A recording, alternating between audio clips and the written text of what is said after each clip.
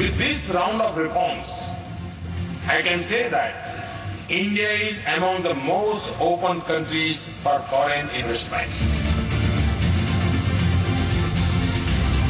बहुत अधिक सुधार ऐसे होते हैं जो एग्जीक्यूटिव डिसीजंस के साथ होते हैं, वो सब चलते रहेंगे।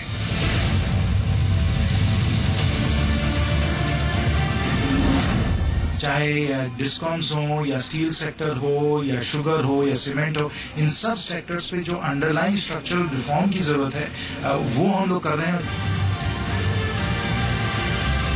प्रधानमंत्री से लेकर मंत्री तक हर किसी की जुबान पर एक ही शब्द, रिफॉर्म। और एक ही दिन में 7 बड़े फैसलों ने यह साफ कर दिया है कि मोदी सरकार रिफॉर्म्स की रफ्तार को टॉप स्पीड पर पहुंचाना चाहती है।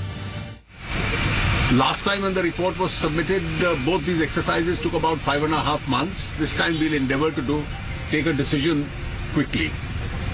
I'm not making any comment with regard to the contents of the report because the government has yet to examine it. But this report will impact on currently 47 lakh serving employees of the government of India.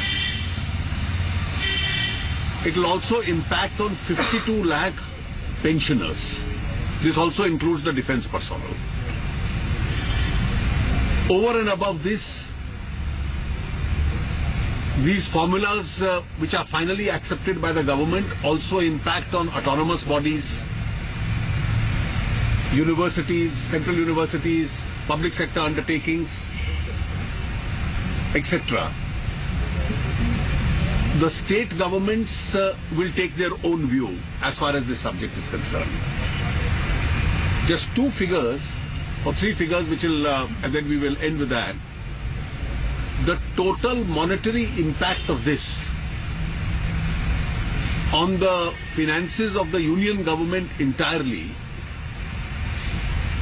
and this does not include PSUs or autonomous bodies, only the central government, and I'm giving it in approximation, is 1,02,000 crores.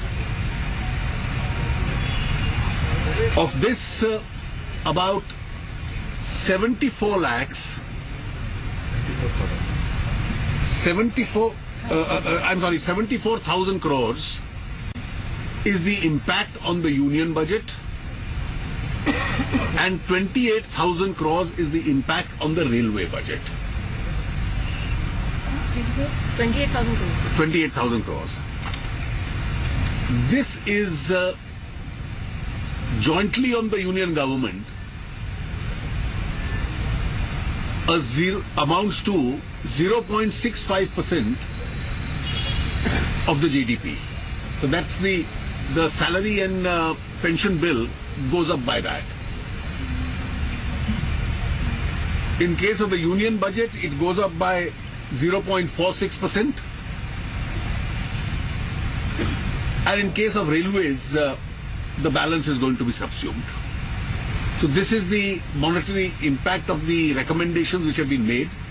These recommendations, as I said, including those on which there are distinct views, will be examined by the government expeditiously, and we'll let you know as to what final decision the government eventually takes.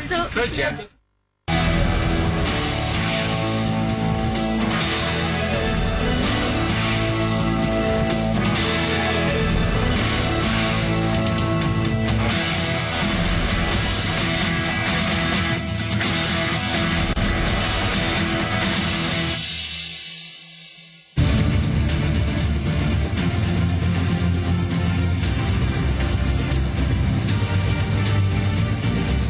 With this round of reforms, I can say that India is among the most open countries for foreign investments. बहुत अधिक सुधार ऐसे होते हैं जो executive decisions के साथ होते हैं, वो सब चलते रहेंगे।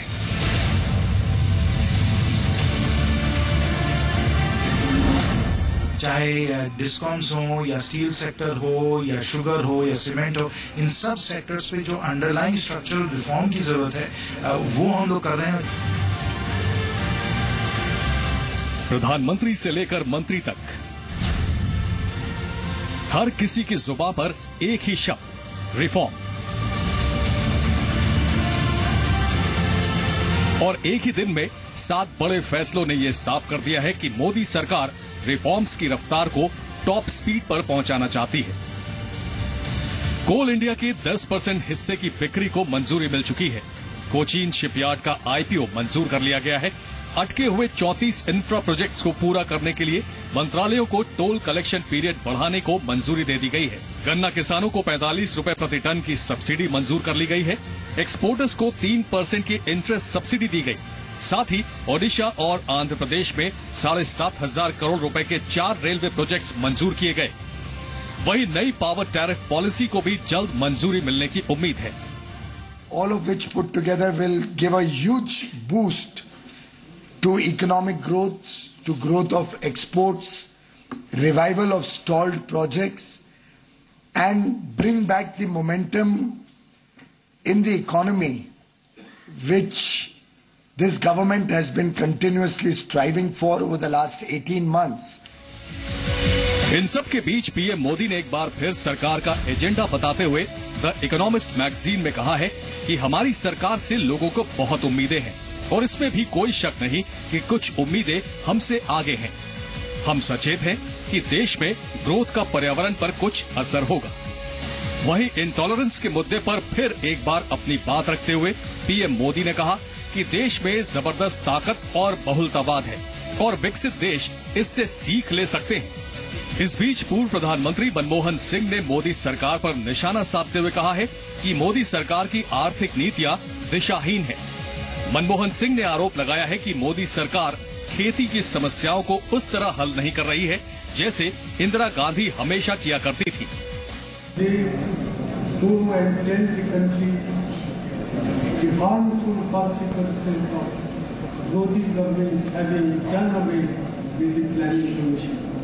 Today, the economic policies of the country have no sense of direction. साफ है कि एक तरफ रिफॉर्म्स की रफ्तार है तो दूसरी ओर विपक्ष के हमले। ऐसे में सरकार का एजेंडा कितना कामयाब हो पाएगा, इसी मुद्दे पर सबसे बड़े एनालिसिस के लिए सीधे चलते हैं अमीश देवगन के पास जी बिजनेस स्टूडियो में।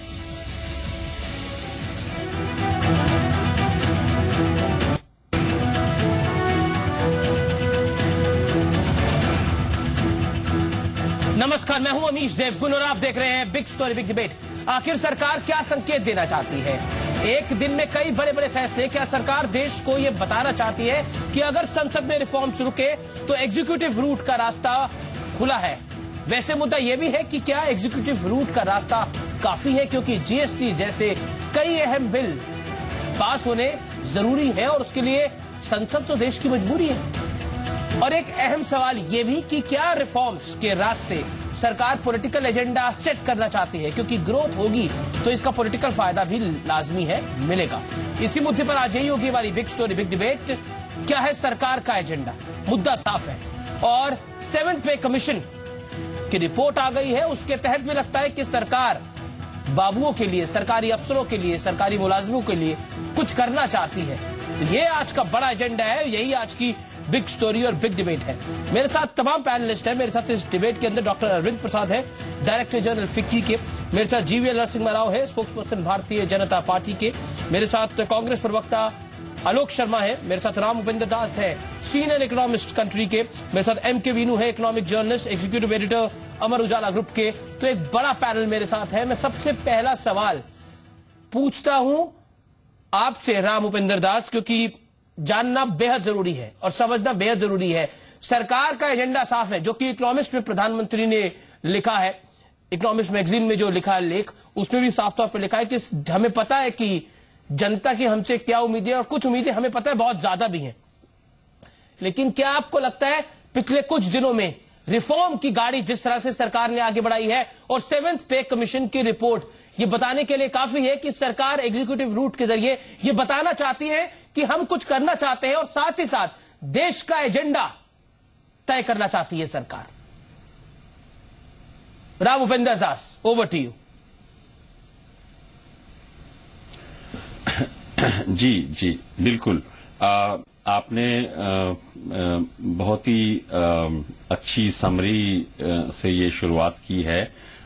देखिए, अचानक से ये बहुत सारी जो घोषणाएं हुई हैं, जो कदम उठाए गए हैं सरकार के द्वारा आर्थिक नीतियों के संबंध में, ये कोई एक दिन का काम नहीं होता है। ये चाहे पहले की सरकारें नहीं हो, चाहे आज की सरकार हो, हमें ये मानना पड़ेगा। अब जैसे अभी 7वें वेतन आयोग की रिपोर्ट की बात आपने कही, ये काफी दिनों से ये चल रहा था और आज उसकी रिपोर्ट सबमिट हुई है। ठीक उसी तरह से आपने अगर देखा हो, गत दिनों में जो एफडीआई से रिलेटेड जो बहुत major big bang reforms announce हुए, वो अपने आप में बहुत दिनों की जो दिक्कतें थीं एफडीआई और हमारे जो मैन्युफैक्चरिंग को बूस्ट करने के लिए मेक इन इंडिया का प्रोजेक्ट है और उसके थ्रू इकोनॉमिक ग्रोथ को हायर ट्रैजेक्टरी पर ले जाने की बात है। उसके तहत तमाम वो जो बॉटल नेक्स थे,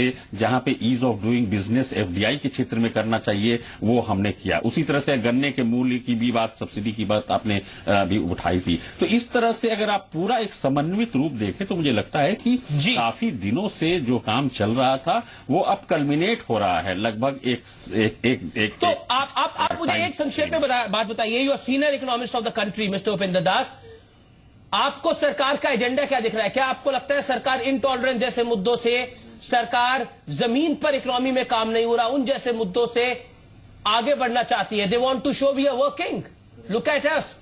रिफॉर्म की स्पीड जबरदस्त है। What is your take?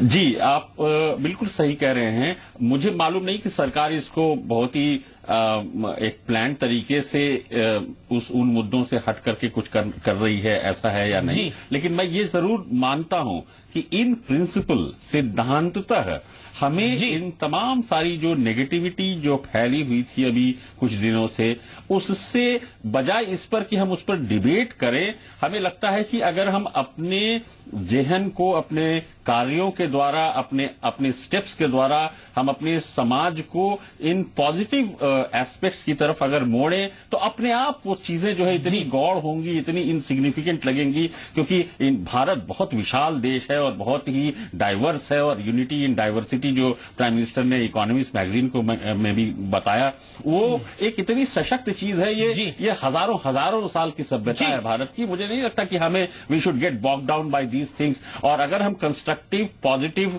और growth oriented, employment oriented path पर अगर हम प्रोग्रेस करने की कोशिश करते हैं, तो हमें लगता है कि वो हमारे एस्पिरेशंस को वही फुलफिल करेगा और हमें ले जाएगा उस ओर जिसे हमें जाना चाहिए। ओके, मिस्टर उपेंद्र दास के ओपिनियन, जो ओपनिंग रिमार्क्स है वो बहुत साफ है, बहुत स्पष्ट है।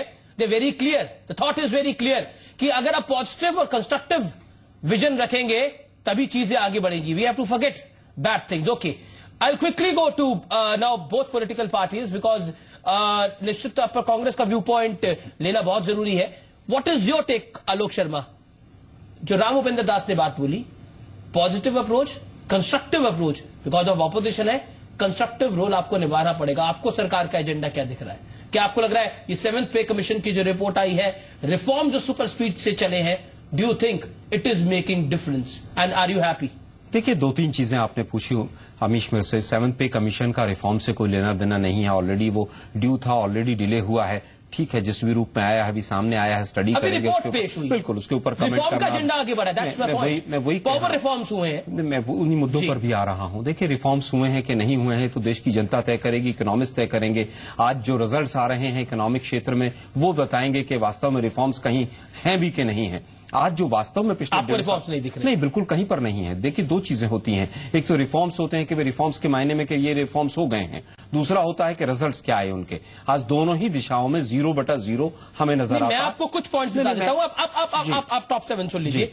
CIL में 10% हिस्सा बिक्री की मंजूरी, कोचिन शिपयार्ड को IPO की मंजूरी, 34 इंफ्रा प्रोजेक्ट्स को संजीवनी दी गई है, गन्ना किसानों को 45 रुपए प्रति टन की सब्सिडी, एक्सपोर्टर्स को 3% इंटरेस्ट की सब्सिडी, 7500 करोड़ के रेलवे प्रोजेक्ट्स मंजूर किए गए हैं, नई पावर टैरिफ पॉलिसी को जल्द मंजूरी मिलेगी। ये तमाम कुछ कम पॉइंट्स है, ये 7 पॉइंट्स है। क्या आपको लगता है रिफॉर्म्स नहीं है? अमीश जी, मैं पूरा देख कर आया हूँ। IPO निकाल देना, पहले भी बहुत, जब सरकार आई थी तो डिसइन्वेस्टमेंट का एक मंत्रालय एफडीआई में फैसले हो चुके हैं, मंत्रालय बनाया था, जिस एफडीआई को आप तमाम वर्षों से विरोध करते आ रहे थे, आज कह रहे हैं मास्टर स्ट्रोक है।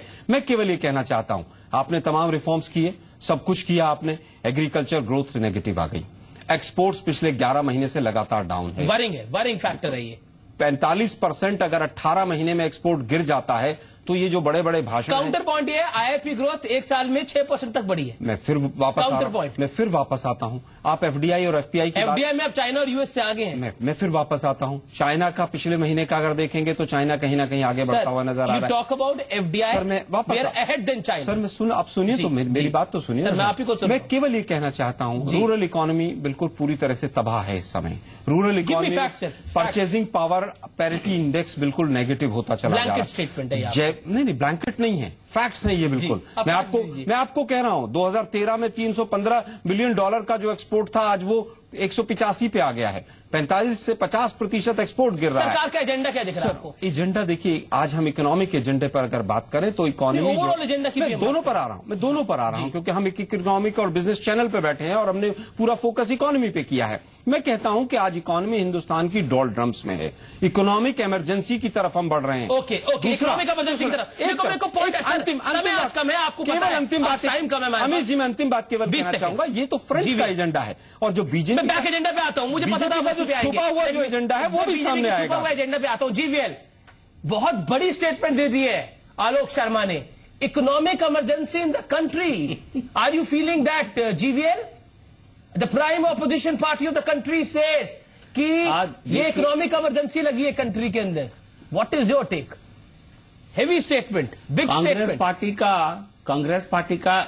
कांग्रेस पार्टी का एक इमरजेंसी माइंडसेट है, तो इसलिए उनको अपने अंदर झांक के देखने की कभी क्षमता या हिम्मत नहीं होती है और बाकी पूरी दुनिया उनको इमरजेंसी दिखती है। भारत की इकोनॉमी सबसे आगे चल रही है, भारत की इकोनॉमी का ग्रोथ जो है सबसे बेहतरीन है।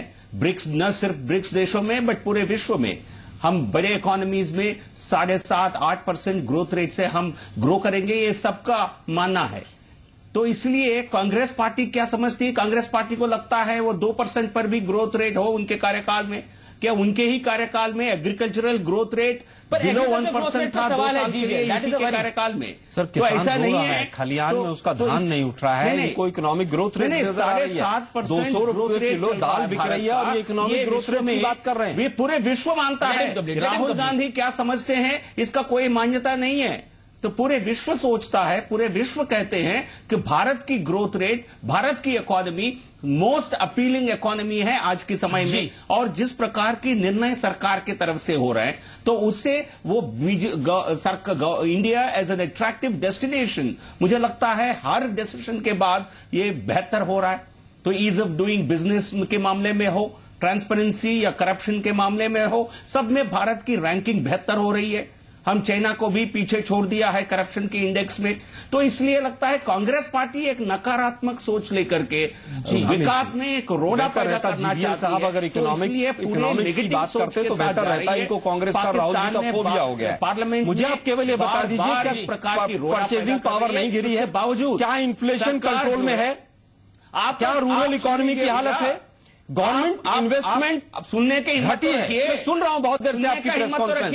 मनी का फ्लो नहीं है जीवीएल जी मार्केट के अंदर। बिजनेसमैन रो रहा है। इतना real estate, steel industry, cement industry, automobile industry, pharmaceutical, सबका बुरा हाल है। और आप कह रहे हैं ईज ऑफ डूइंग बिजनेस। मुझे आप बता दीजिए, उत्तर प्रदेश, बिहार और बंगाल 40% हिंदुस्तान की पॉपुलेशन रहती है। एक भी अगर इंडस्ट्री आई हो तो बता दीजिए आप। राहुल गांधी का भाषण नहीं चल रहा है। नहीं, भाषण तो आप ही का चल रहा था। राहुल गांधी यहाँ नहीं है। राहुल गांधी जी की जगह रिप्रेजेंट मैं कर रहा हूँ। मुझे बता दीजिए, आप कहते हैं साहब ईज ऑफ डूइंग बिजनेस हो गया। एक इंस्पेक्टर की पोस्ट आपने हटाई हो तो बता दीजिए। इंस्पेक्टर आज हटा दिया हमने। आप मुझे केवल बता दीजिए, बिहार, बंगाल, वेस्ट बंगाल एक भी उद्योग अगर आया हो तो बता दीजिए आप। Okay Alok Sharma, GVL 20 second reply, 20 second reply. आपके कार्यकाल, आलोक आपको मैं कहना चाहता हूं 10 साल आपके कार्यकाल में 0% एम्प्लॉयमेंट। 10 साल का डिस्कशन नहीं है, जनता ने हमें उसका जनादेश दे दिया। ये हमारी गलती थी तो हम उसको स्वीकार करते हैं। प्रधानमंत्री आप मुझे बता दीजिए, 57 रुपए से 68 पे तो डॉलर चला गया। इकोनॉमिस्ट को एक्सपोर्ट लगातार घट रहा है। डॉक्टर रंगराजन ने कहा है कि आपके कार्यकाल में जो ग्रोथ हुआ है वो completely employment free. Okay GVL अब मैं छोटा सा मेरे को बाकी पैनलिस्ट की बात भी जाना है। एमके वीनू वेट कर रहे हैं। जीवीएल 44 पर पहुंचाया। GVL will come to that. अरे बिहार बैकडोर एजेंडा की भी बात कर रहे हैं आलोक शर्मा के बाद ही बिहार में क्या हुआ वो Alok Sharma. Okay let's not go to Bihar. एक नहीं वो 44 पे जाएंगे तो मुझे बिहार पे जाना पड़ेगा। जी okay you also don't go to 44। Complete my statement. They have not अब इनके पास 27 सीटें हैं बिहार के हर अंदर। चीज पे आपने टैक्स बढ़ा दिया। सरकार खजाना भरने पे लगी है। Alok Sharma sir petroleum Alok Sharma down होने के बावजूद आलोक शर्मा जनता को फायदा नहीं मिल रहा है। Alok Sharma allow other people to speak also. GVL hold on allow other people to speak also. मेरे साथ डायरेक्टर जनरल फिक्की हैं, काफी देर से बने हुए हैं, डॉक्टर अरविंद प्रसाद। मेरे साथ इस डिबेट में एमके वीनू है। Doctor Prasad, do you think सरकार की डायरेक्शन ठीक दिशा में है? क्या आपको लगता है सरकार जिस दिशा में आगे बढ़ रही है वो ठीक है, या फिर कहेंगे देर आए लेकिन दुरुस्त आए? What is your take as a industry representative? What is your view point? नहीं, जैसा कि आपने कहा, आज भी कई मेजर डिसीजंस हुए हैं और पिछले सप्ताह में आपने देखा गोल्ड मोनेटाइजेशन का स्कीम लॉन्च किया गया था। इसके साथ साथ पावर सेक्टर का रिफॉर्म, जो खास करके डिस्ट्रीब्यूशन यूटिलिटीज के जो फाइनेंशियल प्रॉब्लम्स है उसके बारे में रिफॉर्म्स हुआ था। तो आज जो आपने देखा, एक तो एक्सपोर्ट जो लगातार घट रहे हैं, यह बात मानी हुई है, और एक्सपोर्ट के लिए जो इंटरेस्ट सबवेंशन की योजना है जो कुछ दिनों से लंबित थी, उसकी स्वीकृति दी गई है। निश्चित रूप से एक पॉजिटिव स्टेप्स है।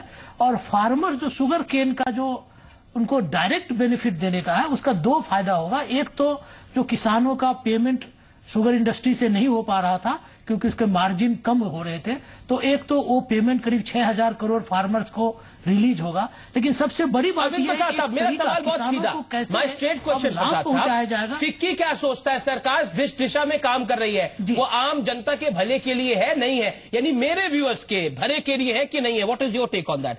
जिस रिफॉर्म एजेंडा पे सरकार इस समय काम कर रही है, be fair to people of India, not निश्चित रूप से जो सरकार एक डायरेक्शन दे रही है इकोनॉमिक प्रोस्पेरिटी का, इन्वेस्टमेंट का, जॉब क्रिएशन का, वो निश्चित रूप से एक पॉजिटिव डायरेक्शन में है। और जो एग्जीक्यूटिव डिसीजन लिए जाने हैं वो लिए जा रहे हैं। कुछ लेजिस्लेटिव डिसीजन लिए जाने हैं जो जीएसटी रिलेटेड है या बैंकरप्सी लॉ का रिलेटेड है, जो पार्लियामेंट में आना है। तो नेचुरल स्वाभाविक रूप से एग्जीक्यूटिव डिसीजन के साथ साथ लीगल डिसीजंस भी लिए जाने हैं जिससे इन्वेस्टर्स को कॉन्फिडेंस हो, और खास करके employment, economic growth employment direction को ले जाता है। आप जानते हैं कि करीब 50% से ज्यादा लोग एग्रीकल्चरल पे डिपेंडेंट हैं, जिसका कंट्रीब्यूशन 14-15% जीडीपी है। तो एक बड़ी संख्या में लोगों को नॉन एग्रीकल्चरल सेक्टर में स्किल डेवलपमेंट के थ्रू लिया जाना है का फोकस है। वो एक निश्चित रूप से एक पॉजिटिव फोकस है। और मुझे लगता है कि जो इलेक्ट्रिसिटी सेक्टर में रिफॉर्म्स, एनर्जी सेक्टर में डिसइन्वेस्टमेंट, एक्सपोर्ट प्रमोशंस, ये सारे फार्मर्स का, शुगर केन का जो ड्यूज रिलीज, ये सारे एक पॉजिटिव डायरेक्शन है इकोनॉमी को बूस्ट करने का, और निश्चित रूप से इससे कॉमन लोगों को ही फायदा होगा। जी, मैं सीधा रुख करता हूं, मेरे साथ एमके वीनू है। एमके वीनू, क्या आपको लगता है सरकार की डायरेक्शन ठीक है लेकिन कई बड़ी दिक्कतें हैं? विंटर सेशन में आपको क्या काफी कुछ चीजें डिरेल होती हुई दिखती है या पास होती हुई दिखती हैं? What is your view point?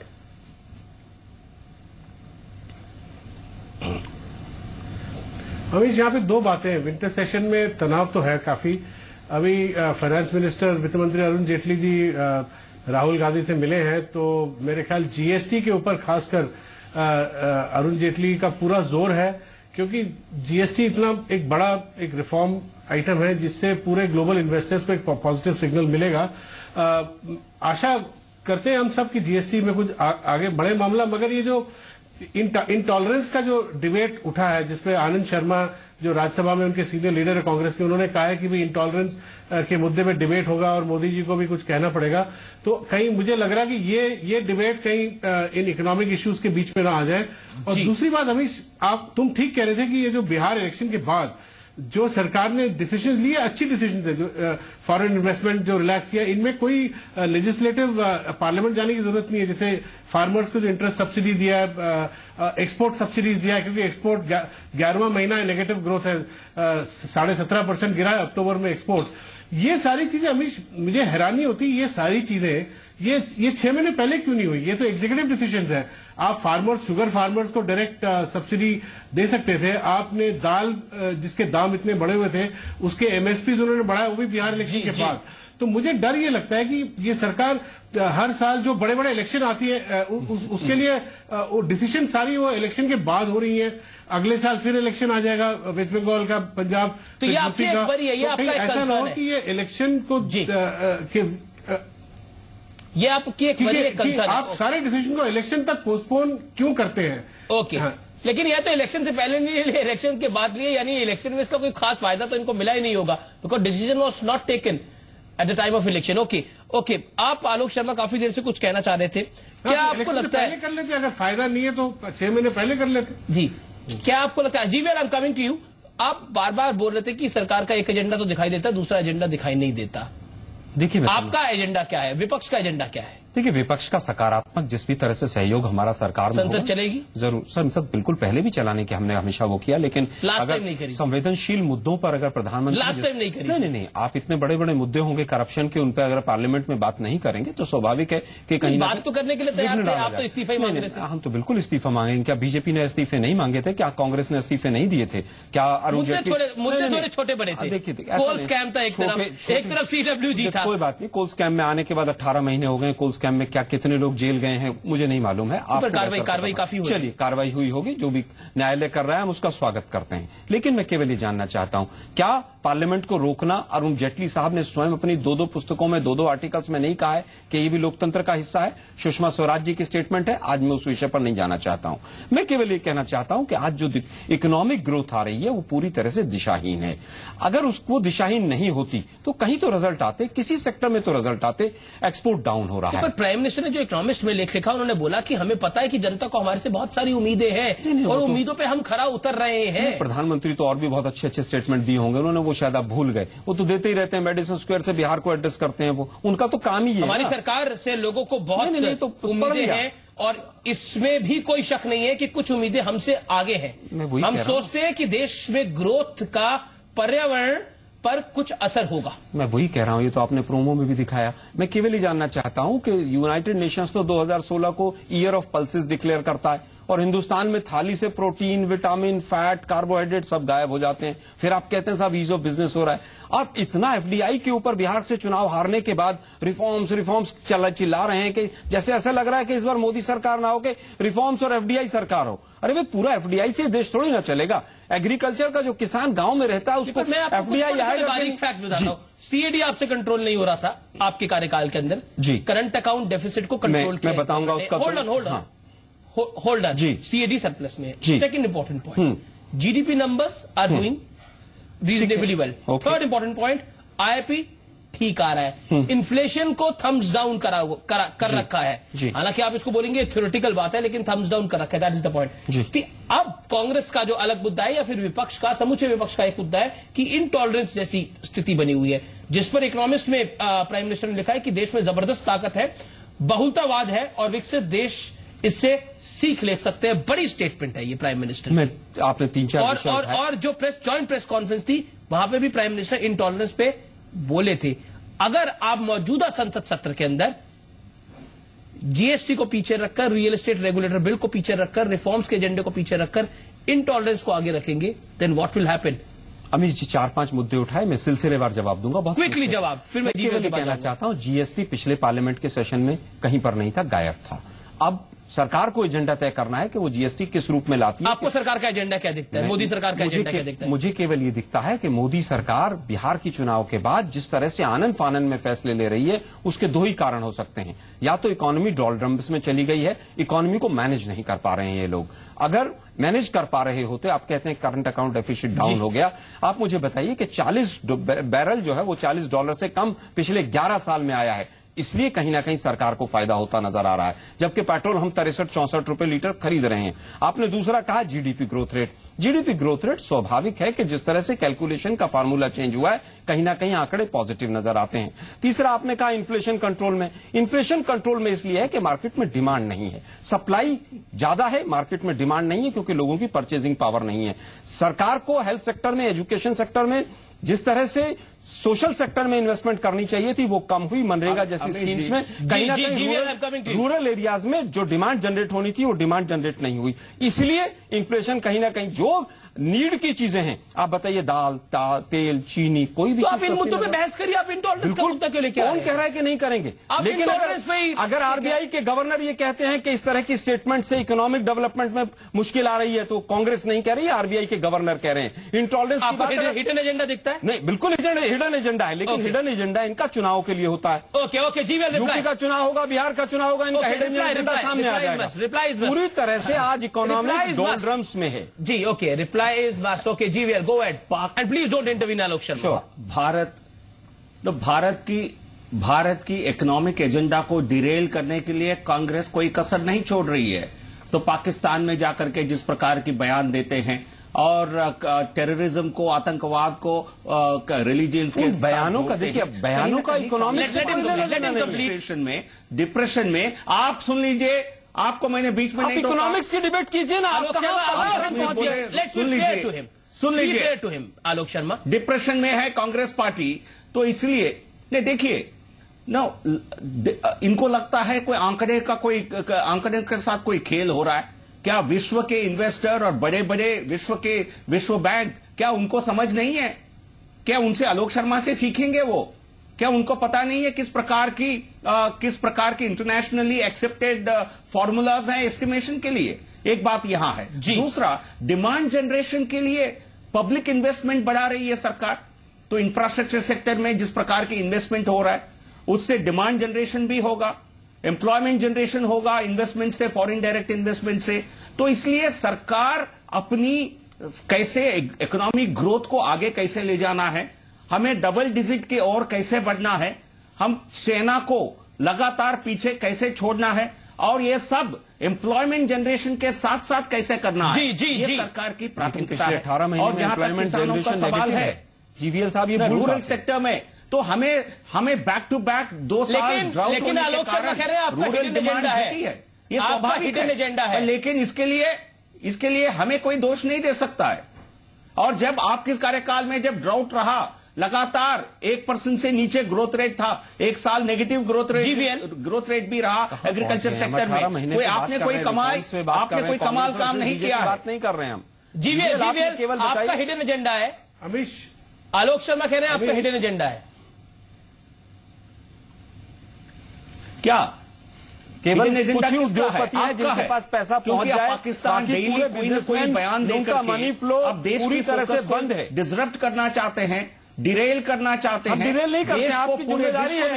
एक षड्यंत्र स्वराज जी का बयान देखिए क्या है, अरुण जेटली जी का, कांग्रेस पार्टी अपने हार के लिए, कैसे रेल पे रहा जाए, चुनावी हार के लिए विश्व में भारत, नहीं हम ऐसा नहीं कर रहे हैं। हम मौजूदा आप मुझे केवल बताइए अमीश जी, इंश्योरेंस बिल पे हमने साथ दिया खराब कर रही है, तमाम तरह के जो निवेशक न आए भारत में, कितना घटिया सोच है कांग्रेस पार्टी का। अरे भाई कांग्रेस पार्टी छोड़ दीजिए, जो हो रहा है उस पर बात कर लीजिए। ये षड्यंत्र है।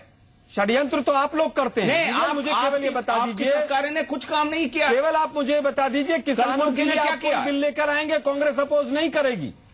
मिनिमम सपोर्ट प्राइस को आप बढ़ाइए, कांग्रेस जीएसटी में करेगी। नहीं आप जीएसटी में सपोर्ट करेंगे, ये चाहते हैं कोई सदन में कामकाज ना हो, उसके लिए नए बीजेपी बताएगी हमें सदन में कामकाज ना हो, आप एक्सपोज हो जाएंगे। चलिए मैं उत्तर देना चाहूंगा जी। होल्ड ऑन अगर आप एक दूसरे को उत्तर देंगे तो बाकी सब पैनलिस्ट का जाएंगे। लेकिन क्या आपको लगता है, MK Vinu you want to say something, क्या आपको लगता है जीएसटी से कांग्रेस को क्या प्रॉब्लम है? Quick point MK Vinu, 40 seconds for you, 40 second में। अमीश, कांग्रेस जीएसटी के संदर्भ में 2 बातें उठा रही है और उसमें दम है। वो अगर बीजेपी सरकार अगर मान जाए तो अच्छी बात है।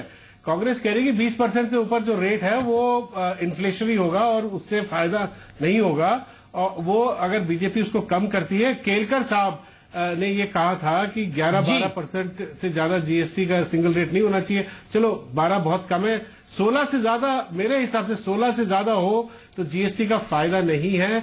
और दूसरी बात अमीश, ये बात बिल्कुल सच है, आप इंडस्ट्री से पूछ लीजिए, पिछले 1 साल 8 महीने में जो उनकी अपेक्षाएं थी, पेस ऑफ रिफॉर्म वो नहीं हुआ है। तो अब अगर ये सरकार अगर कर रही है तो कंसिस्टेंसी दिखाए, अगले साल बजट तक पूरी कंसिस्टेंसी दिखाए और अगले इलेक्शन से पहले फिर रिफॉर्म, ये डिसीजन, रेगुलर डिसीजन रुक ना जाए। मेरे को यही डर लगता है।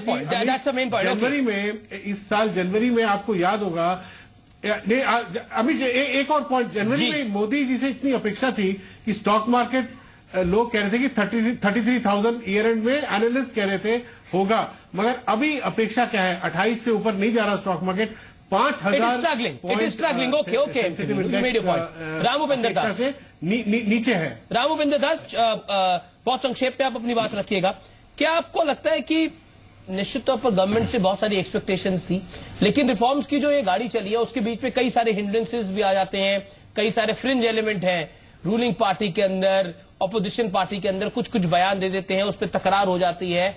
चलिए वो पॉलिटिक्स अपनी जगह चलती रहेगी, लेकिन इसका इम्प्लीकेशन इकोनॉमी पे पड़ जाता है, इसका इम्प्लीकेशन देश की व्यवस्था पे पड़ जाता है। What is your view point on this?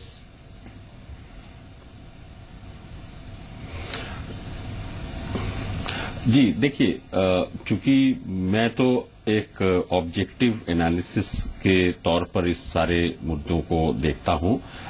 कोई भी सरकार हो, अगर इकोनॉमिक पॉलिसी अच्छी है तो मैं उसको अच्छा कहूंगा, अगर कहीं कमी है तो उसको बताना पड़ेगा। ठीक उसी तरह से मुझे लगता है कि इस सरकार में भी अभी पूरा जो एक इकोनॉमिक रिफॉर्म्स का जो एजेंडा है वो पूरी तरह से इम्प्लीमेंट नहीं हो पाया है, और इकोनॉमिक रिफॉर्म्स के एजेंडे को इम्प्लीमेंट करने के लिए सभी दलों में आम सहमति बननी आवश्यक होती है, पार्लियामेंट से रिलेटेड जो भी मुद्दे होते हैं। तो इस मुद्दे को मैं अलग रखता हूं, लेकिन ऐसी अड़चनें आना भी स्वाभाविक है क्योंकि ये एक लोकतांत्रिक प्रक्रिया का एक अभिन्न हिस्सा है। लेकिन यह सोचना कि आज इंडिया की इकोनॉमिक ग्रोथ, जिसको पूरे वर्ल्ड में फास्टेस्ट ग्रोइंग इकोनॉमी के रूप में प्रोजेक्शन हो रहा है, उसमें कुछ भी नहीं है, तो मैं ये नहीं मानता हूं। आज अगर हम ये कहें कि इन्फ्लेशन ओवरऑल कंट्रोल में हुआ है, हाँ, दालों की कीमत और बहुत सारी कीमत, हाँ, वो बहुत सारी चीजें हैं जहां पे अभी और काम करना रहता है। आरबीआई ने जो है रेट कट्स किए हैं, जो प्राइवेट सेक्टर अपेक्षा कर रहा था, वो उसमें मॉनेटरी ट्रांसमिशन नहीं हुआ है, उसकी अपनी अलग दिक्कतें हैं। तो केवल ये कहना कि कुछ भी नहीं हो रहा है और या ये कहना कि सब कुछ हो चुका है, दोनों ही मुझे लगता है कि अतिशयोक्ति होगी। ओके, मैं छोटा सा ब्रेक के लिए बढ़ता हूं यहाँ पर। ब्रेक के बाद वापस लौट के आ रहे हैं। बिग स्टोरी बिग डिबेट में बड़ा मुद्दा, सरकार का एजेंडा क्या है? कांग्रेस कहती है कि हिडन एजेंडा है सरकार का, बीजेपी कह रही है हमारा एजेंडा रिफॉर्म का है, हमारा एजेंडा इकोनॉमिक ग्रोथ का है, हमारा एजेंडा डेवलपमेंट का है। लेकिन कांग्रेस कह रही है इकोनॉमिक इमरजेंसी है कंट्री के अंदर, सरकार को तभी रिफॉर्म्स इतनी तेजी से करने पड़ रहे हैं। छोटा सा ब्रेक और हम इसकी सच्चाई खोजने की कोशिश कर रहे हैं। इकोनॉमिस्ट में क्या बोले प्राइम मिनिस्टर, क्या लेख लिखा है, उसको भी एनालाइज कर रहे हैं। आप देख रहे हैं बिजनेस चैनल का सुपरहिट डिबेट शो, देश के नंबर 1।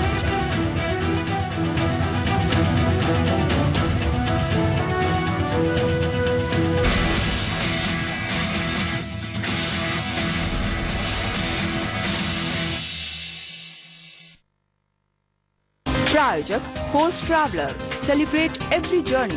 वजन बढ़ाकर सुदृढ़ शरीर पाने के लिए Nutrigain, amazing ceiling designs from Gyproc, Amul the taste of India और Panasonic life plus screen LED TVs.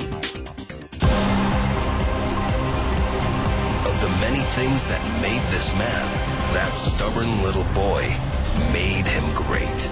What drives us from within is what makes us great. Driven by design, technology, and the road ahead. Tata Motors, made of great. Guys are crazy about bodybuilding. जिसे भी देखो body बना रहा है, मुझे भी बनानी है ऐसी बॉडी। सुदृढ़ शरीर के साथ वजन बढ़ने में मदद करे न्यूट्रीगेन, मेडिकल्स में उपलब्ध। Play fair and achieve your goals with Muthoot Finance Fair Play Gold Loan Festival. Maximum loan value. Lowest interest rate.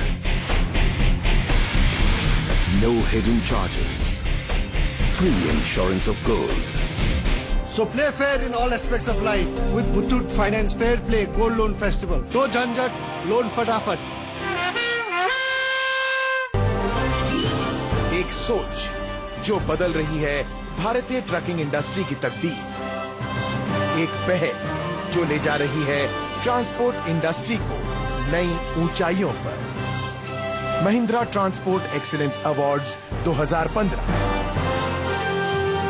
अगर आप भी हैं इन कैटेगरीज के हकदार तो अपने नामांकन भेजने के लिए लॉग ऑन करें mahindratransportawards.com पर.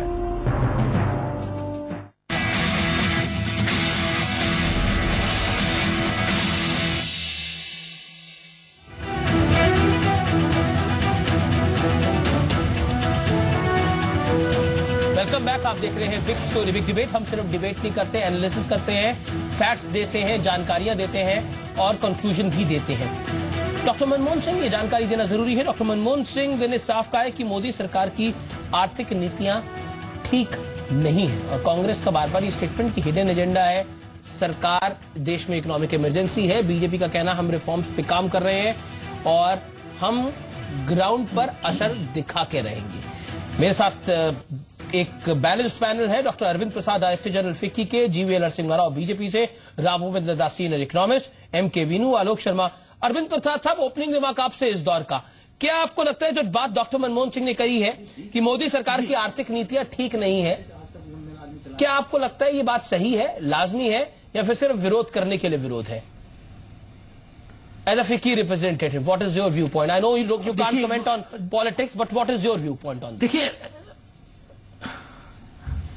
देखिए मेजर पॉलिसी डिसीजंस हुए हैं, हो रहे हैं. वीनू जी ने जो पिछली बार कह रहे थे कि कुछ डिसीजन और जल्दी हो सकते थे, ये बात सही है. कुछ हो सकते थे जल्दी, जो एग्जीक्यूटिव डिसीजन है और फास्टर हो सकते हैं. लेजिस्लेटिव डिसीजन जो अपेक्षित था वो नहीं हो पा रहा है और उससे कुछ निराशा जरूर हो रही है. मेजर डिसीजन जैसे जीएसटी का था, बैंकरप्सी लॉज का है, तो ये सब ऐसे लेबर लॉज के रिफॉर्म्स के एक बड़े अनाउंसमेंट हुए थे जो प्रोसेस में है.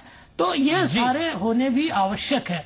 तो कहीं न कहीं एक बैलेंस्ड है, दोनों तरह की स्थिति है. जो एग्जीक्यूटिव डिसीजंस हुए हैं, फास्टर्स हुए हैं. पिछले एक सप्ताह में तो कई मेजर डिसीजंस हुए हैं. गोल्ड मोनिटाइजेशन का हुआ है, पावर सेक्टर रिफॉर्म्स का हुआ है. आपने मेरे सवाल का जवाब दिया. डॉक्टर मनमोहन सिंह का तर्क सही है, गलत है? मेजर अनाउंसमेंट्स हुआ है. ओके प्रसाद साहब, डॉक्टर मनमोहन सिंह का तर्क सही है, गलत है? My straight question sir, that is my point sir.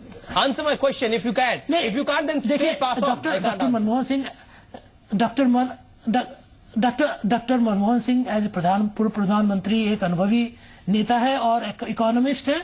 उनकी तरफ से जो मार्गदर्शन और क्रिटिसिज्म से सरकार फायदा उठा करके और भी अच्छे रिफॉर्म समय पे ला सकती है, निश्चित रूप से उद्योग जगत के लिए फायदा हो. ओके, आप बने रहिए अरविंद प्रसाद हमारे साथ. Alok Sharma, what is your take on this? क्या आपको लगता है, क्योंकि आप बार बार हिडन एजेंडा की बात कर रहे हैं कि सरकार का एजेंडा जो है वो साफ दिखाई नहीं दे रहा. What is your view point? क्या लगता है आपको मोदी सरकार का एजेंडा? देखिए, मैं समझता हूं अभी तक इकोनॉमिक्स के फ्रंट पर कहीं पर भी कोई पॉजिटिव चीज ग्राउंड पर नजर नहीं आई है. जो हिडन एजेंडे की बार बार बात कर रहा हूं, हिडन एजेंडा तो अभी तक इनका बीफ और योगी आदित्यनाथ और साध्वी और निरंजना भारती और ज्योति भारती, पता नहीं तमाम लोग जो हैं, वो इनका बेर एजेंडा हो गया है पिछले 1.5 साल में, जो देश की जनता ने देखा है. मैं केवल ये कहना चाहता हूं, तमाम लोग जो फ्रिंज एलिमेंट जिनको कहा जाता है, देखिए, और हम नहीं कह रहे हैं, राष्ट्रपति महोदय ने स्वयं कहा, आरबीआई गवर्नर ने कहा, मूडीज की तरफ से स्टेटमेंट आई. मूडीज की स्टेटमेंट के अंदर एक करेक्शन है, don't misquote it. Second my point, एक चीज मैं आपसे जानना चाहता हूं, ये बड़ा इंटरेस्टिंग बात है. और डॉक्टर मनमोहन सिंह जो खुद इस देश के प्रधानमंत्री 10 साल रहे, 10 years, he is a famous economist.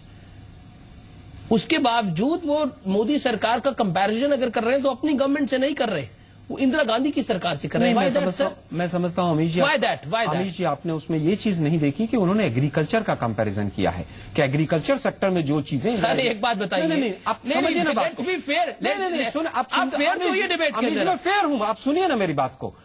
अगर पहली पंचवर्षीय योजना देखेंगे तो उसमें कहीं ना कहीं शरणार्थियों को बचाने का मुद्दा मेन था. सेकंड अगर पंचवर्षीय योजना देखेंगे तो हैवी इंडस्ट्रीज था. थर्ड अगर देखेंगे तो कहीं ना कहीं ग्रीन रेवोल्यूशन था. आप ये बता नहीं पा रहे या समझा नहीं पा रहे, कन्विंस नहीं कर पा रहे कि doctor Manmohan Singh himself being prime minister for the 10 years of the country, वो अपने टर्म के साथ कंपैरिजन नहीं कर रहे। He is comparing Narendra Modi government with Indira Gandhi government. आप मेरा उत्तर सुनिए ना, मैं समझता हूं जी बिजनेस के दर्शक भी समझेंगे। एग्रीकल्चर के टॉपिक पर उन्होंने कहा कि एग्रीकल्चरल जो रेवोल्यूशंस और रिफॉर्म्स। फंस गए आप आलोक शर्मा। नहीं, मैं बिल्कुल नहीं फंसा। आप मेरा उत्तर ही नहीं सुन रहे। आप पहले ही मुझे फंसा के कहना चाहेंगे अपने मुंह से ही मैं फंस गया, तो आप मान लीजिए। मैं केवल ये कह रहा हूं कि ग्रीन रेवोल्यूशन जैसी चीजें और तमाम जो व्हाइट और blue revolution, don't get defensive now. I am not defensive, I am very much offensive, I am not at all defensive.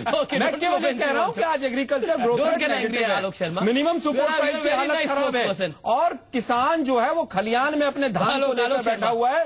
BJP के लोग उसको बताएं, जो बासमती चावल 2 साल पहले 4500 रुपए बिका था, आज 1500 रुपए मंडी में नहीं उठ रहा है। बीजेपी उसका जवाब नहीं दे रही। चलिए ओके, मैं सीधा रुक करता हूं। जीवन इंटरेस्टिंग कंपैरिजन था इंदिरा गांधी की गवर्नमेंट का प्राइम मिनिस्टर नरेंद्र मोदी की गवर्नमेंट से। सेकंड पॉइंट जो कि आलोक शर्मा ने बहुत ही बेबाकी से अपनी बात रखी और बोला कि एजेंडा सरकार का है, जिस तरह के फ्रिंज एलिमेंट्स हैं आपकी पार्टी के अंदर, वो एजेंडा है आपका सरकार का। बैकरूम एजेंडा है, हिडन एजेंडा है, उसको कई तरह के नाम दिए जा रहे हैं। Why can't you control them? नहीं, बट कांग्रेस पार्टी खुद अपने हाउस को थोड़ा ठीक करे। मणिशंकर जैसे जो लूज कैनन्स हैं, जो जिस प्रकार की बयान सोनिया गांधी के कहने पर देते हैं, तो उनको भी एम्बैरेसमेंट होती है। मणिशंकर अय्यर के बयानों से, शकील अहमद के बयानों से आपको भी एम्बैरेसमेंट होती है। वो एड्रेस करें। हमारी पार्टी में कोई भी ऐसे बयान करते हैं जो पार्टी सही नहीं समझती है, उनको पार्टी से बाहर कर देते हैं। आप अपने 15-20 लोगों को पार्टी से बाहर किया 1 साल में, जी हैं, लंबी लिस्ट मांगते हैं। लेकिन आपने जिन लोगों ने इस तरह के बयान दिए उनको मंत्री बना दिया, पारितोषिक कर दिया। इस प्रकार की बयान हर दिन दे रहे हैं। आप लोगों ने तो मंत्री बना दिया उन लोगों को जो पाकिस्तान भेज रहे थे, पटाखे छुड़वा रहे थे, उनको राष्ट्रीय अध्यक्ष तक पहुंचा दिया आप लोगों ने। इकोनॉमिक्स में बात कीजिए ना आप लोग। इकोनॉमिक्स की बात नहीं करते। 200 रुपए किलो दाल और पिछले 6 महीने से 50 रुपए किलो टमाटर और प्याज। जो राष्ट्र विरोधी बयान दे रहे हैं, जो पूरे विश्व में भारत की छवि को खराब कर रहे हैं, तो अब ऐसे लोगों को बड़े बड़े पदों पर आपने बिठाया। नहीं, हमने किसी को मनीषंकर अय्यर जी का बयान से कांग्रेस पार्टी बिल्कुल पर्सनल लेवल कहता हूं, इस तरह का बयान नहीं आना चाहिए। मोदी साहब देश के प्रधानमंत्री हैं, हम उनको देश के प्रधानमंत्री के तौर पर सम्मान सर पर लेकर घूम रहे हैं। आज इकोनॉमिक्स का शकील अहमद जी के बयान पे कल बहुत डिबेट्स हुई है, तमाम तथ्य सामने रख दिए। आज बताइए ना, उनका बयान भी गलत था कि सही था? हालत खराब है। उनका बयान सही था कि गलत था? स्टेट वाले क्वेश्चन, उनका बयान सही था गलत था? बढ़ता चला जा रहा है, उसमें जवाब नहीं दे रहे हैं आप। ओके, आपने उस शकील अहमद से सवाल का जवाब नहीं दिया। मराठवाड़ा में डोंट अवॉइड माय क्वेश्चन। नहीं, I am not avoiding. No, Shakeel Ahmed का बयान से सहमत है? आज की डिबेट शकील अहमद जी के बयान पे या उन पे बयान नहीं, आपने जब बयानों की बात करी, आपने हिडन एजेंडा की बात करी। बिल्कुल कह रहा हूं कि बीजेपी का हिडन एजेंडा है। मैं तो कह रहा हूं कि इकोनॉमिक्स में कौन से रिफॉर्म्स लाए वो बताइए ना। आपका मजदूर संघ जो है बीएमएस, वो खुद विरोध कर रहा है। आपका स्वदेशी जागरण मंच आपका विरोध कर रहा है। बस वो एक नूडल आसन तो रामदेव जी का अंतर विरोध को आप छोड़ दीजिए। रामदेव जी का नूडल आसन तो सफल हुआ है। जहां तक एग्रीकल्चर के सवाल है, अमित जी, जो पल्सेस की जो दाम अभी इतने बड़े हैं, कांग्रेस पार्टी के कार्यकाल में एक स्पेशल मिशन स्टार्ट किया गया फूड ग्रेन्स के लिए। उसमें ये भी कांग्रेस की वजह से बढ़ गए। ये कमाल है आप लोगों का भी। 2011 में कांग्रेस का पीछा नहीं छोड़ेंगे, अपनी कोई जिम्मेदारी नहीं है। 0% टाइम कम है मेरे पास। कांग्रेस को अपनी कांग्रेस से ठीक है। आप बड़े बड़े बात कह रहे हैं यहाँ आकर के। जी, आप मुझे बता दीजिए पॉलिसी क्या किया आपके कार्यकाल में?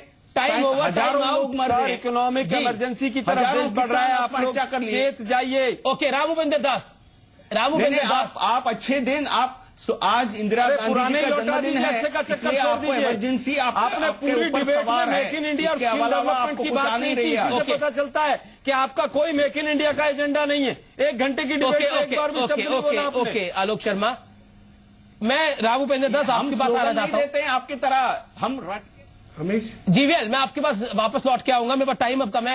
रामभूपेंद्र दास, जो डॉक्टर मनमोहन सिंह ने बात कही और जो बात बार बार कांग्रेस कह रही है कि इकोनॉमिक इमरजेंसी है, do you agree to it और do you think it is a over statement?